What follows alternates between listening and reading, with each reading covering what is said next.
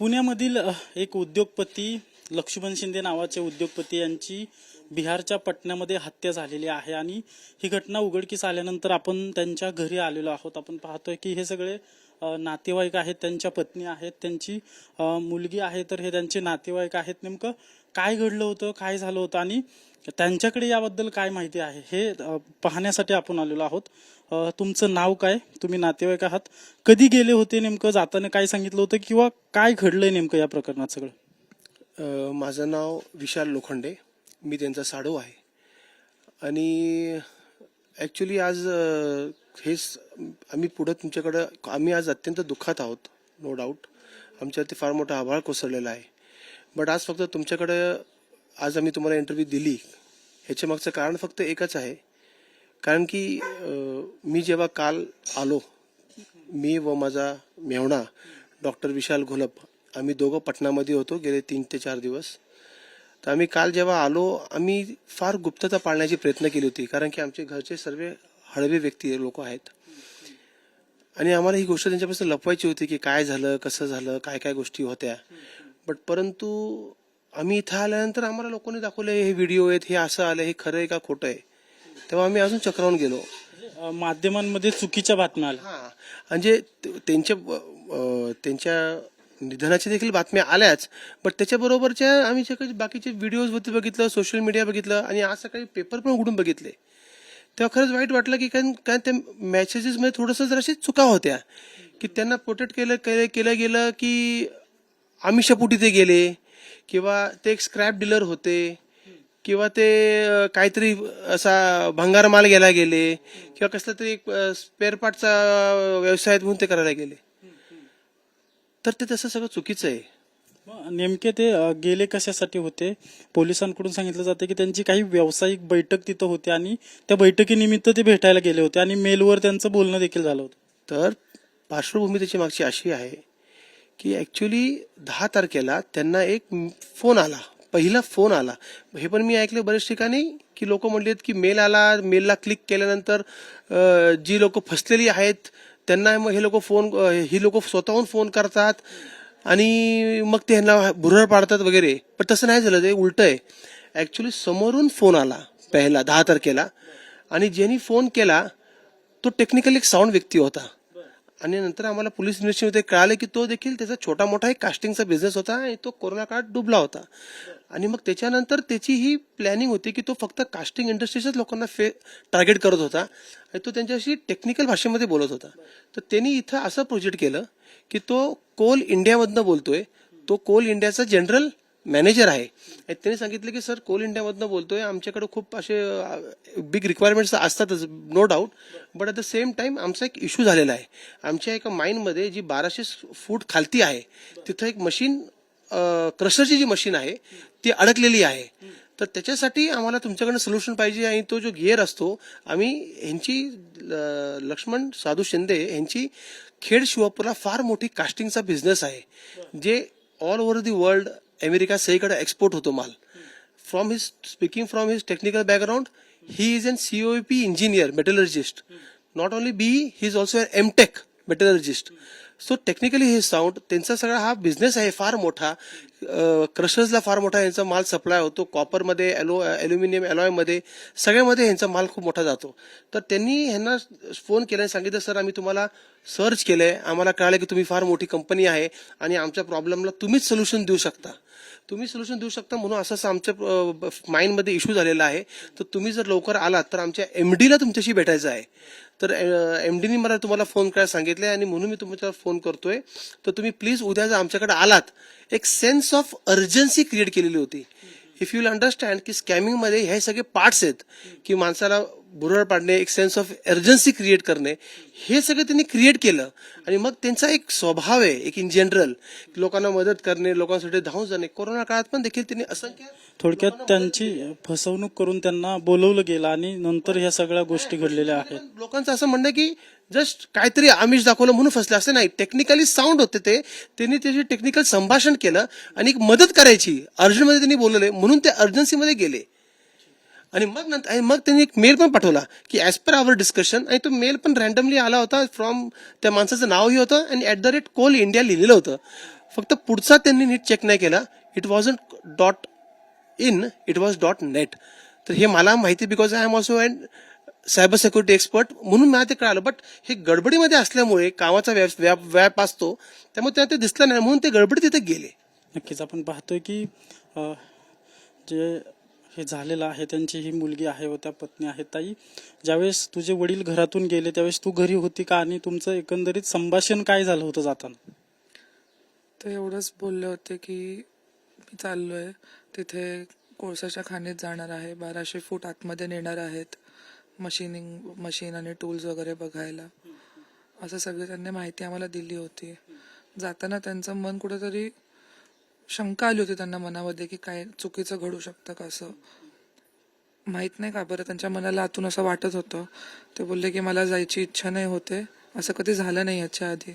आम्ही सगळ्यांनी खूप त्यांना थांबवायचा प्रयत्न केला पण ते नाही थांबले. ते म्हटले त्यांना शब्द दिलेला असेल तर मी असं थांबू नाही शकत, जावं लागेल, काम आहे. गेले ते. ते ज्यावेळी निघाले होते त्यावेळेस तुम्हाला घरात बोलले की मला जाऊ वाटत नाहीये, मात्र मी शब्द दिलाय त्यासाठी निघालोय. हो हो. त्यांच्या अकाउंटला किती पैसे होते किंवा त्यांच्याकडे काही अंगावर सोनं होतं का? नेमकं पोलिसांकडून माहिती दिली जाते की 90,000 रुपये अकाउंटमधून काढून घेतले त्या लोकांनी. हो, त्यांनी काढून घेतलेले आहेत. त्यांच्याकडे डेबिट कार्ड होतं, गुगल पे, फोन पे माझे वडील कधीच वापरत नव्हते, म्हणून फोनवरनं काय ट्रान्झॅक्शन होणं शक्यता नव्हती. त्यांच्याकडे एक डेबिट कार्ड होतं जे त्यांच्या वैयक्तिक अकाउंटचं होतं, त्याच्यामध्ये त्यांनी थोडेफार पैसे काढले. आम्ही ते अकाउंट ब्लॉक नव्हते केले कारण आमची इच्छा होती की त्यांनी सगळे काढून घेतले तरी चालतील, फक्त आमच्या वडिलांना परत सोडलं पाहिजे, म्हणून आम्ही कुठलंही अकाउंट ब्लॉक नाही केलं, काही नाही केलं. उलट आम्ही त्यांना स्वतःहून इकडनं मेसेज करून सांगत होतो की तुम्हाला जे काय हवंय ते तुम्ही काढून घ्या. अंगावरती दागिने होते, चेन होती गळ्यामध्ये, अंगठ्या वगैरे होतं, साधारण 10-12 तोळ्यांपर्यंत असेल सगळं. ते सगळं त्यांनी काढून घेतलेलं. ते काढून घ्यायचं पण काय हे नाही, पण वडिलांना त्यांनी नाही सोडलं परत. तसंच मोबाईल, चष्मा, घड्याळ सगळं होतं, काहीच नाही परत आलं त्यांचं. ज्यावेळी पुण्यातून ते बिहारच्या दिशेने गेले त्यावेळेस बिहारमध्ये पोहोचल्यानंतर तुमच्याशी काही संपर्क झाला होता का किंवा काही बोलणं झालं होतं? हो, झालं होतं. आईशी झालं होतं, माझ्या भावाशी झालं होतं, माझ्याशी झालं होतं की मी पोचलोय, मला त्यांच्या कंपनीची गाडी घ्यायला आलेली आहे आणि आता ते आम्हाला घेऊन चाललेत. इतर वेळेस सगळे हॉटेलचे वगैरे बुकिंग्स मी किंवा कंपनीतलं कुठला मॅनेजर करायचा. यावेळेस त्याने सांगितलं की कंपनीचंच गेस्ट हाऊस आहे, म्हणून ते पण बुकिंग वगैरे काही केलेलं नव्हतं. आणि त्यांना एअरपोर्टवरती गाडी घ्यायला आली ती त्याच लोकांची आलेली होती ज्यांना त्यांचं अपहरण केलं. शेवटचा संवाद काय तुमचा वडिलांशी तुमचा झाला? हो, की मी आता इथे पोचलोय आणि गाडी घ्यायला आली आहे मला, गाडीत बसतोय, 1.5-2 तास, 2-1 तासात पोचेल. 150-200 किलोमीटरचं अंतर राहिलंय, एवढं त्यांना कळवलं होतं. आपण पाहतोय की जे लक्ष्मण शिंदे आहेत त्यांची ही मुलगी होती, तर या ताई ज्या आहेत ते त्यांच्या पत्नी आहेत. ताई, विशेषतः तुम्हाला असा प्रश्न आहे की तुमच्याकडून अजून देखील भीती व्यक्त केली जाते, तुमच्या मनात भीती आहे, तुम्हाला वाटते की आणखी देखील तुमच्या कुटुंबाला काही धोका आहे? हो.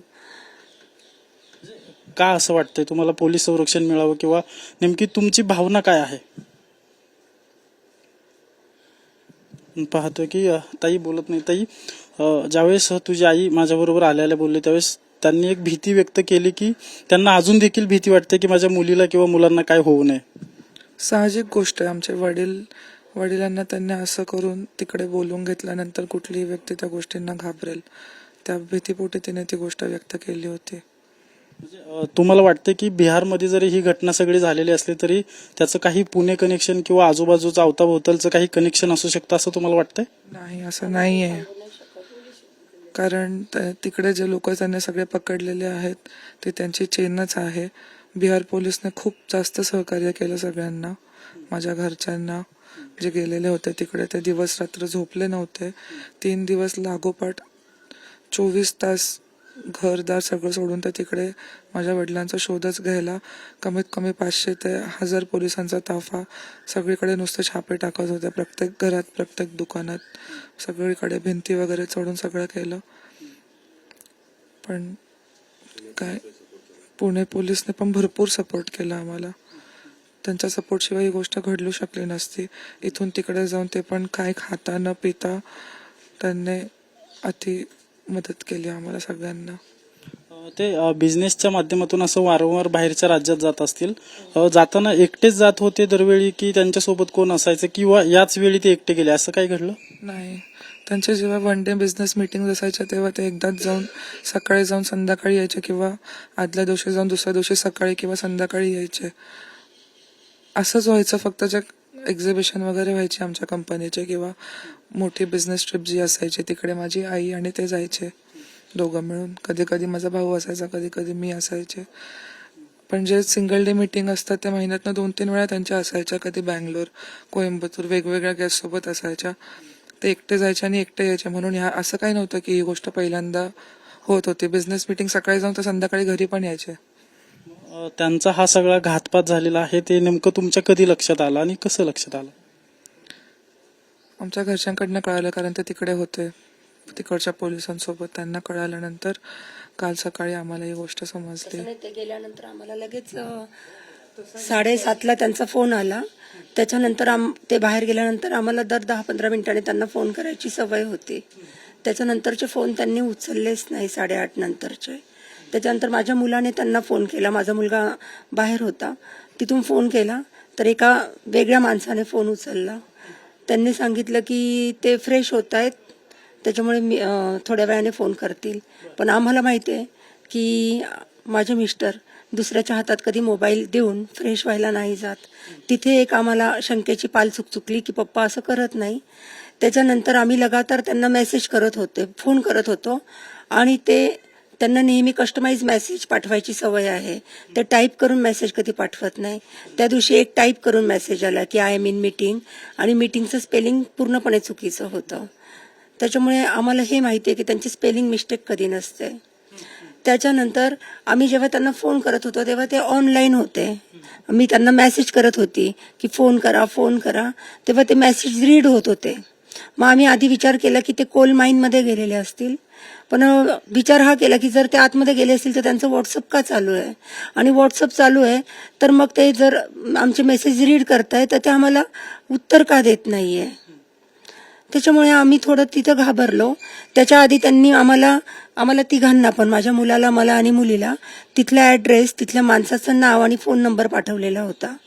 मग 11:30 वाजता हिने त्या माणसाला फोन लावला त्या नंबरवरती जो पप्पाने तिच्या पाठवला होता. तो फोन स्विच ऑफ आला. तो फोन स्विच ऑफ आल्यानंतर मग मला म्हटली, मम्मी फोन स्विच ऑफ आलाय तर तो नंबर चालत नाहीये. तर म्हटलं थांब, मला पण पप्पाने पाठवलेले त्या फोनवरती आपण फोन करू. तर जेव्हा मी बघायला गेली तर माझ्या मोबाईलमधनं व्हॉट्सअपवरनं ते सगळे मेसेज डिलीट झालेले होते. म्हणून मग हिला म्हटलं, अगं माझ्या मोबाईलवरती ते मेसेज डिलीट कोणी केले? तोपर्यंत तिने तिचा मोबाईल बघितला तर तिच्या मोबाईलवरचे पण ते मेसेज डिलीट झालेले होते. मग मुलाला फोन केला, त्याने पण सांगितलं मम्मी माझे पण डिलीट झालेले आहे. मग तेव्हा आम्हाला खूप घाबरलो आम्ही की निश्चित काय झालंय की मेसेज डिलीट कोणी केले. कारण पाठवलेले मेसेज पप्पा डिलीट करणार नाही, आणि जरी केले तर आपल्याला सांगितलं असतं की हे मी मेसेज डिलीट करतोय म्हणून. त्याच्यामुळे आम्हाला थोडंसं असं वाटलं. नंतर ऑनलाईन पप्पा दिसत होते तरी पण बोलत नव्हते, म्हणून मग माझी मुलगी रात्रीच पोलीस स्टेशनला गेली. त्यांच्या मोबाईलला काही पासवर्ड्स वगैरे नव्हते, मग तरी पुढच्या व्यक्तींकडून त्यांचा मोबाईल वापरला गेला. तेच टेन्शन आलं की जरी समोरचा व्यक्ती फोन वापरत असेल, जरी पप्पा कोल माईनमध्ये गेले असेल, बाहेर सिक्युरिटीला फोन ठेवला असेल, पण फोनला पासवर्ड असताना बाहेरची माणसं ते ओपन करून व्हॉट्सअप नाही बघू शकत. त्याच्यामुळे आम्हाला वाटलं की आमचे पप्पा काहीतरी तिथे याच्यात आहेत, संकटात आहे. आम्हाला ती लगेच 2 तासात, कारण त्यांची नेहमीची सवय आम्हाला लाईव्ह लोकेशन पाठवणे, आमचे फोन रिसीव्ह करणं, आम्हाला मेसेज लगेच पाठवणं, आमच्या मेसेजला रिप्लाय देणं, ते आमच्या मेसेजला कधी दुर्लक्ष करत नव्हते, जे पहिल्या वेळेला घडलं परवा ते. तुमचं आणि त्यांचं शेवटचं बोलणं काय झालं होतं आणि कधी झालं होतं? ही घटना घडण्याच्या अगोदर किती वेळ झाला होता? त्यांचा मला आधी 7:08 मिस कॉल आला त्यांना, नाही तिथे पोहोचल्यानंतर, आणि 7:11 मी त्यांना फोन केला की कुठे आहात. ते म्हणे मी आता एअरपोर्टला उतरलोय आणि आता त्यांची गाडी मला घ्यायला आली आहे, त्या गाडीत मी बसलोय आणि मी निघालो. तर त्यांना जेवणाची सवय संध्याकाळी 6 ते 7 या दरम्यान असायची. त्यांना मी विचारलं की तुम्ही जेवण केलं का? त्यांनी सांगितलं की नाही. ते मला म्हटले की पुढे चांगलं हॉटेल आहे, आपण तिथे थांबून जेवण करूयात. त्याच्यामुळे मी अजून जेवलेलं नाहीये, पुढे थांबणार आहोत. हे मला त्यांनी सांगितलं आणि तेच माझं आणि त्यांचं शेवटचं बोलणं होतं. त्याच्यानंतर आमचं बोलणं झालेलं नाही. नक्कीच आपण पाहतोय की जे लक्ष्मण शिंदे आहेत, मृत्यू पावलेले आहेत, त्यांचं हे सगळं कुटुंब होतं आणि नेमकी घटना काय घडलेली आहे हे त्यांच्याकडून आपल्याला सांगण्यात येतंय. कॅमेरा पर्सन तुषार नानावरेसह अजिंक्य धायगुडे, TV9 मराठी, पुणे.